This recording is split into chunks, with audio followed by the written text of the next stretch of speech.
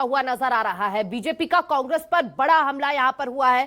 कांग्रेस राज में धर्मांतरण का आरोप लगाया है बीजेपी ने कांग्रेस एमएलए कविता प्राण लहरे का वीडियो भी शेयर किया है।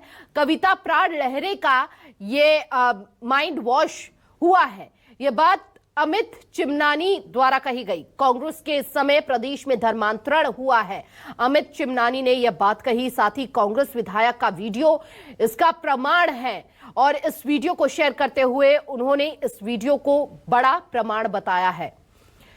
इसकी कड़ी में निंदा करनी चाहिए, अमित चिमनानी ने यह तक कह डाला। तो आपको बता दें कि बीजेपी का यहां पर तीखा जुबानी हमला कांग्रेस पर होता हुआ नजर आया है, जहां उन्होंने कहा कि कांग्रेस के समय में धर्मांतरण का खेल चल रहा था। कांग्रेस के समय प्रदेश में धर्मांतरण हुआ है।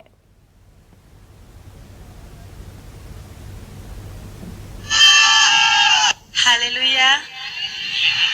आप सभी को जय मसीह की, प्रभु यीशु मसीह की जय हो। मैं एक बहुत ही गरीब परिवार की बेटी थी। मेरे पास कुछ भी नहीं था, न तो गाड़ी था न मकान था। यहाँ मैं आई प्रोफेट विजेंद्र सिंह जी के पास ले हैंड प्रेयर करवाई और पापा जी ने कहा बेटी तो चिंता ना कर, 2023 में प्रभु यीशु मसीह तुझे बहुत बड़ा पद देने जा रहा है, तुझे एमएलए का पद देने जा रहा है, ऐसा पापा जी ने मुझे कहा। और मैं यहाँ से गई, हर रास्ते क्लियर होते गया और आज मैं पापा जी की बेटी हूँ। आज आपके सामने मैं विधायक बन के आई हूँ। धन्यवाद, धन्यवाद पापा जी का आशीर्वाद इस बेटी। और इस खबर पर ज्यादा जानकारी के साथ ही खास बातचीत करने के लिए हमारे साथ प्रदेश प्रभारी अमित चिमनानी जी जुड़ चुके हैं। बहुत बहुत स्वागत है आपका अमित जी। सबसे पहले तो आपका फर्स्ट रिएक्शन हम लेना चाहेंगे इस पूरी वीडियो पर। देखिए, मैंने जब ये वीडियो देखा तो मैं आश्चर्यचकित भी हुआ और मेरे मन को बहुत पीड़ा भी हुई। छत्तीसगढ़ में कांग्रेस के राज में जब कांग्रेस का ये दावा था कि वो छत्तीसगढ़ी संस्कृति को बढ़ावा दे रहे हैं, यहाँ की परंपराओं को पुनर्जीवित कर रहे हैं, लोगों को छत्तीसगढ़ी संस्कृति पर गर्व करना सिखा रहे हैं, ये तथाकथित दावा कांग्रेस करती थी।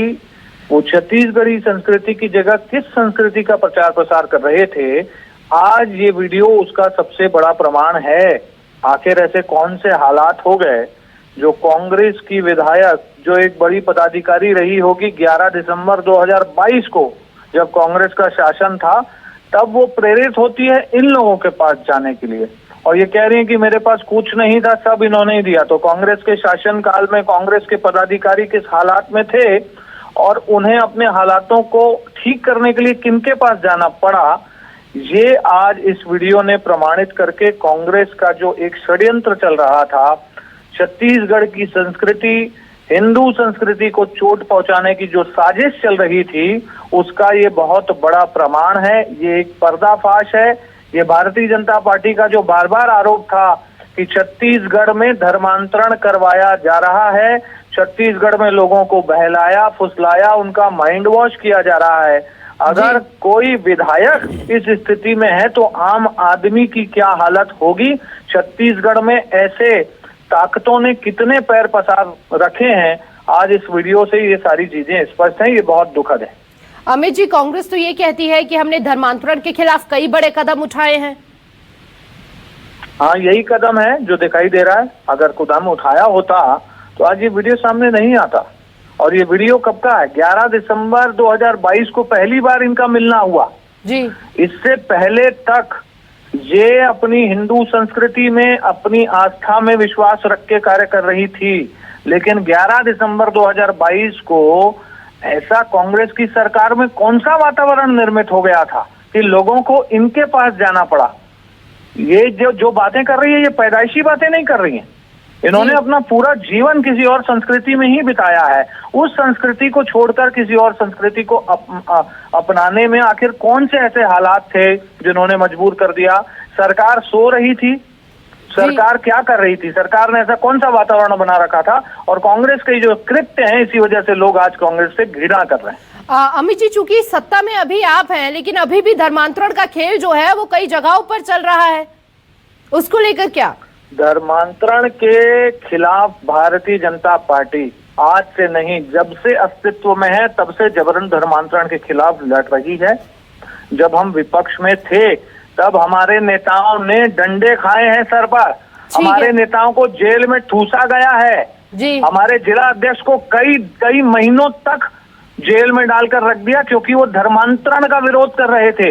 तो भारतीय जनता पार्टी का मत स्पष्ट है, किसी कीमत पर जबरन धर्मांतरण मंजूर नहीं है। आपका मत स्पष्ट है। इस बीच हमारे साथ कांग्रेस प्रवक्ता भी जुड़ चुके हैं, धनंजय ठाकुर जी हमारे साथ जुड़े हैं, उन्हीं से जान लेते हैं। धनंजय जी, एक तो ये वीडियो वायरल हो रहा है जिसको लेकर बीजेपी का कहना है कि कांग्रेस के समय में यही होता था और कांग्रेस ही धर्मांतरण का खेल जो है वो करवाती थी। क्या कहना चाहेंगे आप इसके जवाब में?